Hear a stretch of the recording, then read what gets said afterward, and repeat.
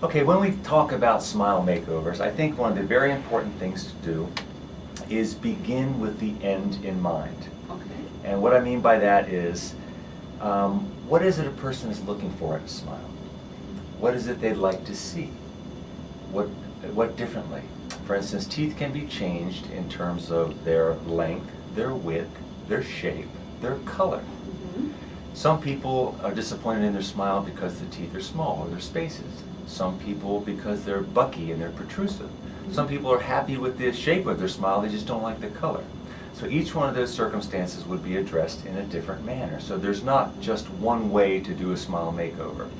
So you first start with a Q&A, question and answer, and a planning session. We'll meet with a patient, we'll say, all right, when you look at a mirror, what do you see? What would you like to see differently? Mm-hmm. Many times we'll take out magazines of smiles that we have, brochures, booklets, and we'll talk about what about this smile looks pleasing and what about this smile could be transformed to the patient's smile.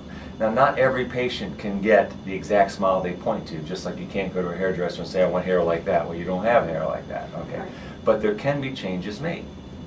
So, some people come in and they talk about, well, I want veneers, I want crowns, but they don't really know what they are, and they don't know what's involved in it.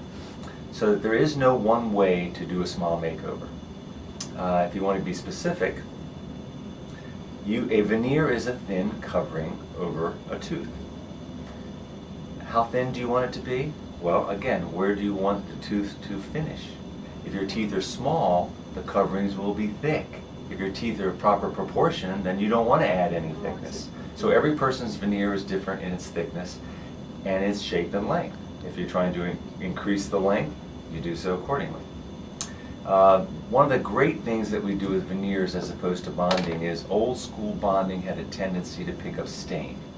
And it was never a very smooth surface, no matter how good you were at applying bonding. There was always a little texture problem, a little interface, a lip where the bonding met the natural tooth, and that's where the stain picked up.